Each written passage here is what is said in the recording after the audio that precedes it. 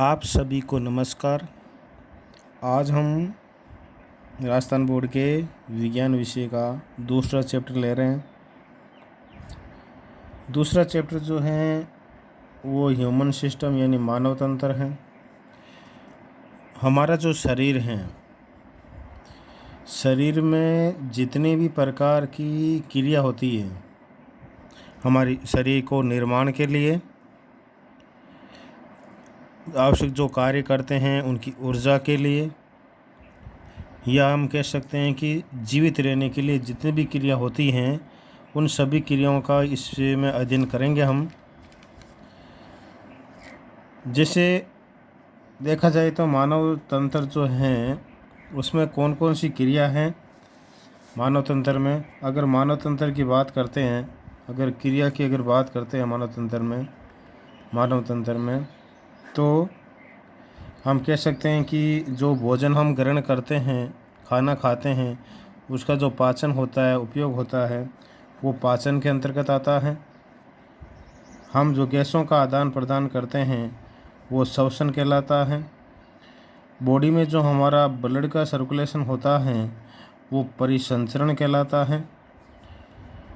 इसी प्रकार जो बॉडी में अपशिष्ट पदार्थ बन जाते हैं बाद में, जिनका उपयोग हम बॉडी शरीर में नहीं होता, हानिकारक होते हैं, वो उत्सर्जन कहलाता है।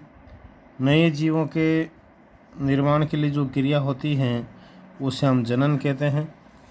तो इस चैप्टर में विशेष तौर पे इन चीज़ों का हम अध्ययन करेंगे। एक तो सिस्टम होता है, एक तंत्र होता है, तंत्र की स्ट्रक्चर कैसी होती है, ढांचा कैसा होता है, उसका अध्ययन करेंगे। दूसरी होती है कि वो काम किस प्रकार करता है, उसकी क्रिया होती है, उसका अध्ययन करेंगे। शुरुआत में हम लेते हैं कि जो हमारा जो शरीर है वो कोशिकाओं से मिलकर बना होता है। कोशिकाओं के आधार पर जीव दो प्रकार के होते हैं। अगर एक कोशिका से बना हो तो उसे एक कोशिकीय जीव कहते हैं। अगर एक से अधिक कोशिका से बना हो तो उसे बहुकोशिकीय जीव कहते हैं। एक कोशिका की बात आती है तो अमीबा है जीव, एक कोशिका से बना है जिनमें सारे जो कार्य होते हैं वो एक ही कोशिका संपन्न करती है। और मनुष्य, पादप, ये जो होते हैं बहुकोशिकीय जीव होते हैं जिनमें अलग अलग कार्य के लिए अलग अलग प्रकार की कोशिकाएं होती है या अंग होते हैं, तंत्र। तो जो शरीर का निर्माण है जो कोशिका से मिलकर बना है। फिर कोशिका जो होती हैं समूह में ऊतक बनाते हैं। कोशिकाओं के समूह क्या कहते हैं? ऊतक कहते हैं। ये परिभाषा हो गई यहाँ। कोशिकाओं के समूह क्या कहते हैं? ऊतक कहते हैं। ऊतक मिलकर हमारे शरीर में कोई न कोई एक अंग बनाते हैं, ऑर्गन बनाते हैं। और ऑर्गन से क्या बनता है? सिस्टम बनता है, पूरा तंत्र बनता है। और तंत्र से ही क्या किसका निर्माण होता है? शरीर का निर्माण होता है। तो ये स्टेप याद रखना आप एक, कि कोशिका से ऊतक, ऊतक से अंग, अंग से तंत्र, तंत्र से शरीर। इस प्रकार से ये निर्माण होता है, ये ध्यान रखना। अगली बात करते हैं तंत्र की, कि जो ये तंत्र हैं वो क्या। अगली बात तंत्र में आते हैं तो तंत्र में सबसे पहले हम लेंगे पाचन तंत्र। क्या लेंगे हम? पाचन तंत्र लेंगे। पाचन तंत्र हमने पहले भी बात की है। मैंने कहा जो हम खाना खाते हैं, है ना, हम जो भोजन करते हैं, हम जो खाना खाते हैं, खाना उसको ग्रहण करते हैं, उसका फिर क्या होता है? पाचन होता है। और पाचन के बाद उसका क्या होता है? उपयोग होता है। उपयोग से हमें क्या मिलती है? ऊर्जा मिलती है। क्या मिलती है हमें? ऊर्जा मिलती है। तो ये पाचन सिस्टम है, हम इसका अध्ययन करेंगे। एक बार है क्या पाचन सिस्टम, वो देखेंगे। पाचन सिस्टम देखो, मैंने ये परिभाषा लिख रखी है, आप ढंग से देखिए इसको, आवश्यकता हो तो लिख भी लीजिए।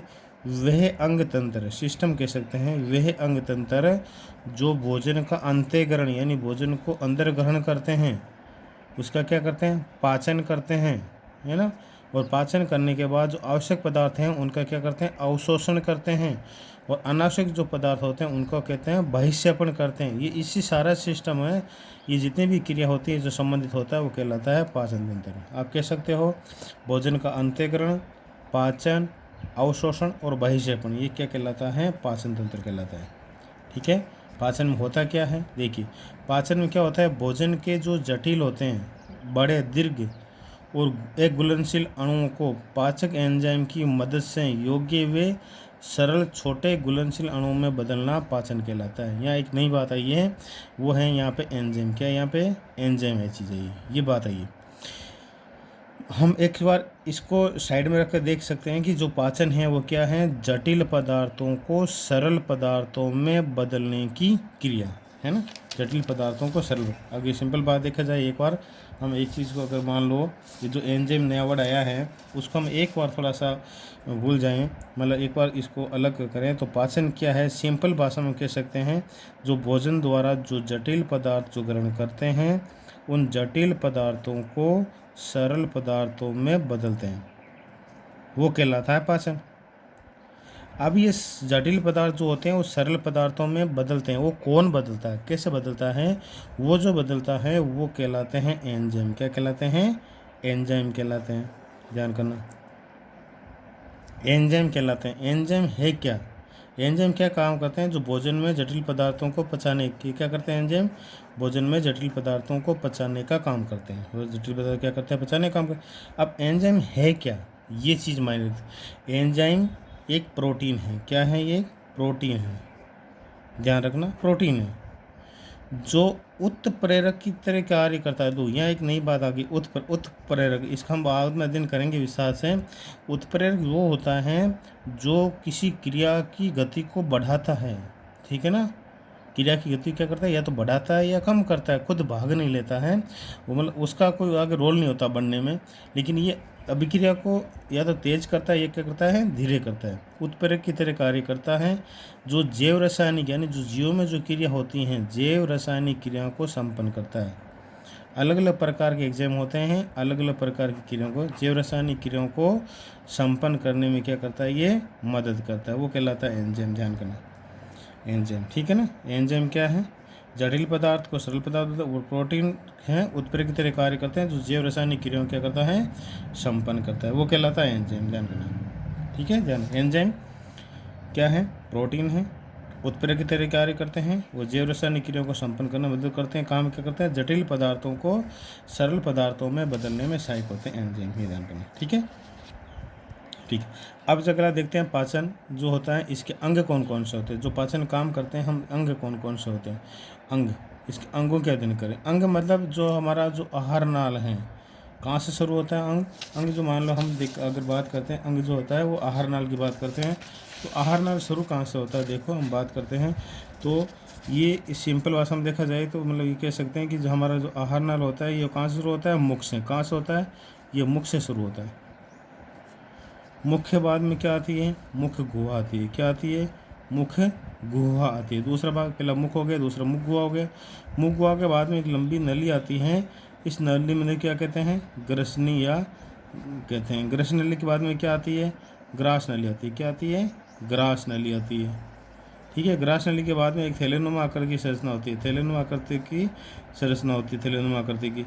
और इस थैलेनुमा आकृति संरचना क्या कहते हैं, आमाशय कहते हैं। क्या कहते हैं इसको, आमाशय कहते हैं। आमाशय आगे यू आकर नली में खुलता है, इस नली को क्या कहते हैं, छोटी आंत कहते हैं, जिसके भी अलग अलग भाग होते हैं। छोटी आंत आगे जाके एक अधिक व्यास की नली में खुलता है, उसे क्या कहते हैं, बड़ी आंत कहते हैं। क्या कहते हैं उसे, बड़ी आंत कहते हैं। बड़ी आंत ना के थैलेनुमा संरचना में खुलती है, उसे क्या कहते हैं, मलाशय कहते हैं। और मलाशय के साथ आगे क्या होता है, मलद्वार होता है। एक कॉमन एक सिंपल चित्र बनाया मैंने, ये तो एक ये इसका भाग हो गया, यानी कि भाग कौन कौन से हो गए, देखो ध्यान करना, कौन सा हो गया, मुख हो गया, ग्रसनी हो गया, ग्रास नली हो गया, आमाशय हो गया, छोटी आंत हो गया, बड़ी आंत हो गया, मल। अब कुछ ग्रंथियां भी होती है जो हार्मोन स्रावित करती हैं, वो कौन कौन सी होती है। मुंह में होती है, लार ग्रंथियां होती हैं। फिर छोटी आंत में जाते हैं तो अग्नाशय ग्रंथि होती है। वहीं आपके पास में यकृत ग्रंथि होती है। यकृत ग्रंथि जो होती है शरीर की सबसे बड़ी ग्रंथि होती है। शरीर की कौन सी होती है, सबसे बड़ी ग्रंथि कौन होती है, यकृत ग्रंथि होती है। ध्यान करना, हम इनका एक ही का अध्ययन करेंगे विस्तार से, ये ध्यान रखना, ठीक है। सबका एक ही अध्ययन करेंगे। आहार नाल मैंने लिखा है, इसका आगे लिखूंगा। आहार नाल क्या काम करता है, भोजन का पाचन, अवशोषण और उत्सर्जन। भोजन का पाचन, अवशोषण और उत्सर्जन कौन करता है, आहार नाल करता है। ध्यान करना, देखो मुख, पहला है मुख, हमारा मुख जिससे हम निवाला या भोजन ग्रहण करते हैं। मुख कहते हैं दो ओष्ठों से घिरा हुआ छिद्र, 2 ओष्ठों से घिरा, ओष्ठ यानी होठों से घिरा हुआ छिद्र होता है जो मुख कहलाता है। ध्यान करना है, परिभाषा हो गई है ना सिंपल। 2 ओष्ठों से घिरा हुआ छिद्र होता है, मुख होता है। ओष्ठ क्या काम करते हैं? जो हमारे होठ हैं वो क्या काम करते हैं? वो करते हैं आपके भोजन को पकड़ने का, भोजन को पकड़ने का कार्य करते हैं। ओष्ठ क्या काम करते हैं? भोजन को पकड़ने का कार्य करते हैं ओष्ठ। ध्यान करना, पहला हो गया। ठीक है, मुख्य अंदर जाते हैं, मुख्य अंदर जाते हैं तो अगर होठों की बात की जाती है तो मुख्य अंदर जाते हैं तो मुख्य अंदर इस प्रकार से 2 संरचना होती है, एक ऊपरी होती है और एक निचली होती है। ऊपरी होती है, एक निचली होती है ना, ये मुख्य अंदर होता है। तो इस ऊपरी और निचली क्या कहते हैं? तालु कहते हैं। क्या कहते हैं इसको?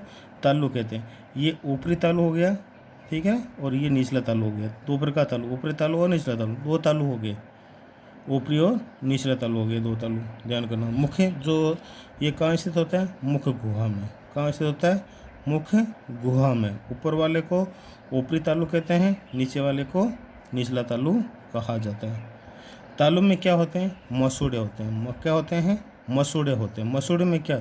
मसूड़े में जो होते हैं ना वो दांत दसे होते हैं। क्या होते हैं वहाँ? दांत अंदर क्या होते हैं? दसे होते हैं। मसूड़े में क्या होता है? अंदर दांत दसे होते हैं। ध्यान करना, मसूड़े में होते हैं दांत दसे। क्या होते हैं? दांत दसे होते हैं, ठीक है ना। अब मसूड़ों में दांत दसे होते हैं तो इन प्रकार के दांतों को कहते हैं गर्त दंती। क्या कहते हैं? गर्त दंती कहते हैं। परीक्षा में पूछते हैं इसको। इंग्लिश में थिकोडोंट भी कहा जाता है, थिकोडोंट भी कहा जाता है। क्या कहा जाता है? थिकोडोंट भी कहा जाता है, गर्त दंती। जो जबड़ों के सांचों में होते हैं, जबड़ों के क्या होते हैं? यानी कह सकते हैं जबड़ों के सांचों में, जबड़े के सांचे जो होते हैं मसूड़े कहलाते हैं। जबड़ों के सांचों में होते हैं दांत, ये मसूड़े कहलाते हैं। जबड़े के सांचे, इंग्लिश में इसको गम कहते हैं, GUM, गम, मसूड़े जबड़ों के सांचों में होते हैं। ध्यान करना, दांत की अगर बात आती है तो पहली बात यही है, दांत कैसे होते हैं? थिकोडोंट या गर्तदंती होते हैं, यानी मसूड़ों के सांचों में दसे होते हैं, पहली बात, ठीक है। दूसरी बात, मनुष्य के दांत कैसे होते हैं? द्विवारदंती। कैसे होते हैं? द्विवारदंती, यानी 2 बार आने वाले दांत होते हैं, है ना। एक बार 13-14 साल की आयु में वापस गिरते हैं। तो दूध के दांत जो मिल्क टीथ होते हैं वो 20 कहलाते हैं। कितने कहलाते हैं? 20 कहलाते हैं। वो 2 बार, इस टोटल दांत कितने होते हैं? 32 होते हैं। कितने होते हैं? 32 होते हैं टोटल दांत। ध्यान करना, ठीक है ना। मनुष्य दांत द्विवारदंती कहलाते हैं। मिल्क टीथ होते हैं, मिल्क दूध के दांत बोले जाते हैं। मिल्क टीथ होते हैं वो तो आपके कहलाते हैं 20। कितने कहलाते हैं? 20। टोटल दांत कितने होते हैं? 32 होते हैं। ध्यान करना। दांत के प्रकार कितने होते हैं? 4 प्रकार। कितने प्रकार के होते हैं? 4 प्रकार। कार्य के आधार पर 4 प्रकार के दांत होते हैं, ठीक है। जैसे बनावट गिनकर तो कौन कौन से होते हैं 4 प्रकार के? पहला होता है इंसाइजर, ठीक है। दूसरा होता है केनाइन, तीसरा होता है प्रीमोलस और चौथा होता है मोलस। दांत 4 प्रकार होते हैं, इंसाइजर, केनाइन, प्रीमोलस और मोलस, 4 प्रकार होते हैं। अगर इनको हिंदी की बात की जाए तो करतनक, रदनक, अगर चौड़क और चवर्णक कहा जाता है। अगर इनकी बात की जाए तो ये इनके हो गए नाम, ठीक है। अब इनके संख्या का इनका एक फॉर्मूला होता है, वो आप याद करना, 42-46/42-46। ये ऊपरी जबड़े में होते हैं, ये निचले जबड़े में होते हैं। पहले इंसाइजर है, फिर कैनाइन है, फिर प्रीमोलर है, फिर मोलर है, इनसे, ठीक है ना। जैसे मान लो ये हो गई, ये ऊपरी जबड़ा लगा दिया, ठीक है। ये मान लीजिए निचला जबड़ा है, ऊपरी जबड़ा और निचला जबड़ा, ये जबड़े हो गए, ऊपरी जबड़ा और निचला जबड़ा हो गया। अब देखो ऊपरी जबड़े जैसे मान लीजिए ऊपर इंसाइजर, तो पहला 4/4, यानी कि 1, 2, 3 और ये 4, 1, 2, 3 और ये 4, ये इंसाइजर। ये दांत कौन से कहलाते हैं?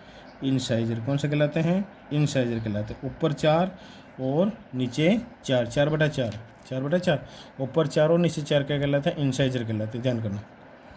अगली अगर बात करते हैं किसकी? कैनाइन की। किसकी बात करते हैं? रदनक। तो ये 2/2, यानी 2, यानी कि देखो 2/2 है, तो थोड़ा सा ध्यान देंगे इधर।